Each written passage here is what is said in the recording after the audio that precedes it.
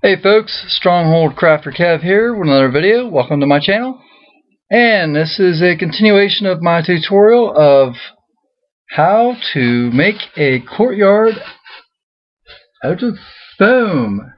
Yes. Anyway, in this video we're going to go into more subtle details, and trust me, the detailing will be done. And we will go on with how you can start your base coat and a few techniques on that. And anyway, for more information about my craft, there's my website, which is strongholdsoffantasy.com. Yes, and I'll put a caption up there. And feel free to subscribe. And I can't even talk right tonight. And that's about it. See you in a bit. Hey folks, welcome to part 5 of this tutorial. And I didn't expect it to be this long, but you know, this is a lot of careful detail that I wanted to cover, just to you know, help with making this more dynamic and creative as possible. One thing I mentioned before was I was done with the detailing, and in fact I was actually wrong. I wanted to do one more subtle thing, and I can show you right here. This particular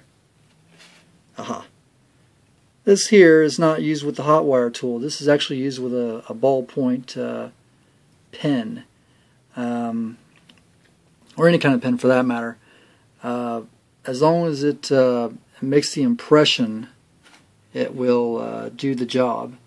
And I'm not trying to detail every tile here. The goal is to break up the neatness. That's what the goal is here, with this being a virtual courtyard board or a dungeon board per se. Okay, so, but what you can do for one final suggestive detail enhancement is just pick, pardon the shakiness here, I'll get all stable here, pick a section that you think is a little too neat, about this one, and just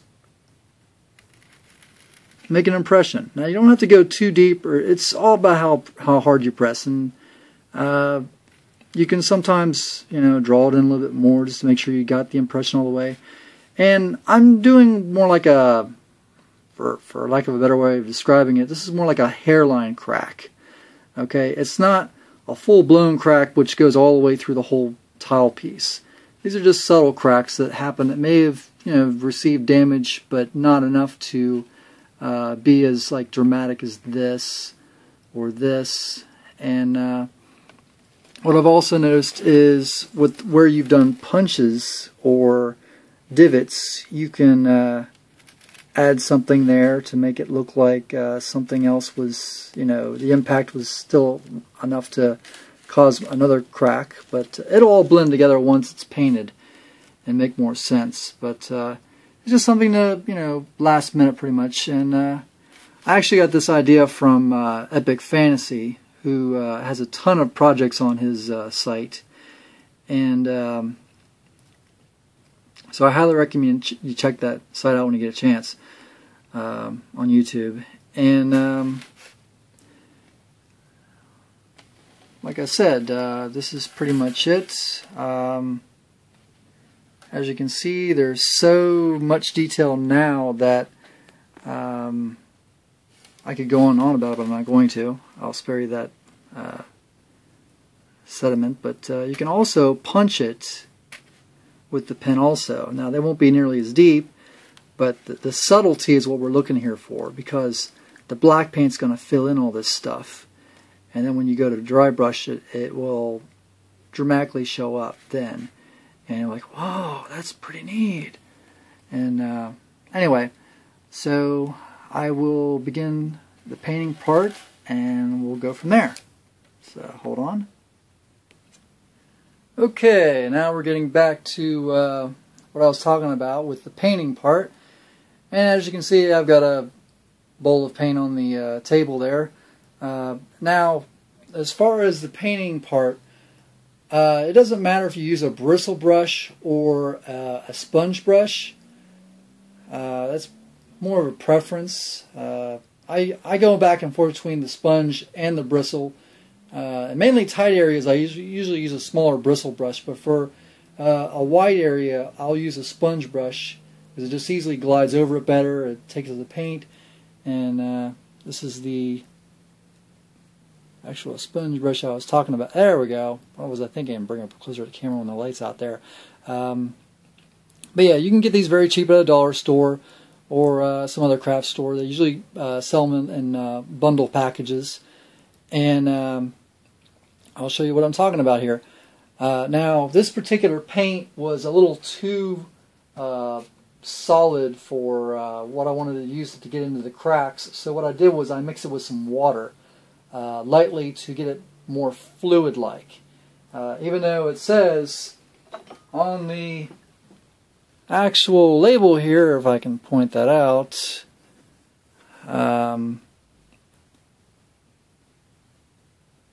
let's see here. Well, it says here flow acrylic, and it's like, ooh, great. I thought this will be great. It'll just flow right into the cracks. Nope, it did. Okay, the brand is Artist Loft, but anyway, it was still too thick, and I had to actually take other projects and clean out the grooves with a toothpick, and it's like, oh no. So that was a chore I did not like. But basically, this may need more than one coat because it's still pretty smooth. I'm not going to rough it up anymore, and I'm done with the detailing part. So I'm just going to start with one area here, and see how my mixture is.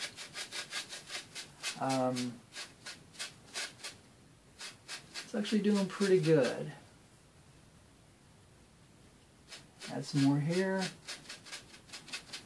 Until you start putting it down, you won't get a feel for it. But you don't want the paint to just lay on the surface, because then it's not going to really dry very fast, and it's going to look like a puddle. You want to spread it out and do your best to get into the grooves. And sometimes you can punch it a little bit to try to get in there, but it's a delicate balance between getting the paint to flow the way you want it to, and in my case, if you had to mix it with water, I don't go by a set measurement system. I just add it as I go and just see how it pans out.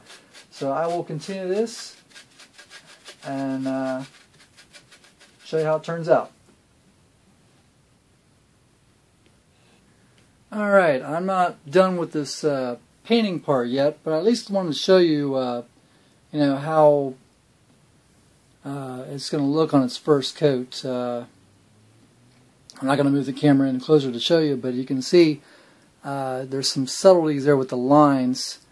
And important tip while I keep it in mind, when you go to paint your board, start at the edge furthest away and work your way towards yourself. That way you're not leaning over and touching the paint you just did. So just keep that in mind, and I'll go back and finish this up.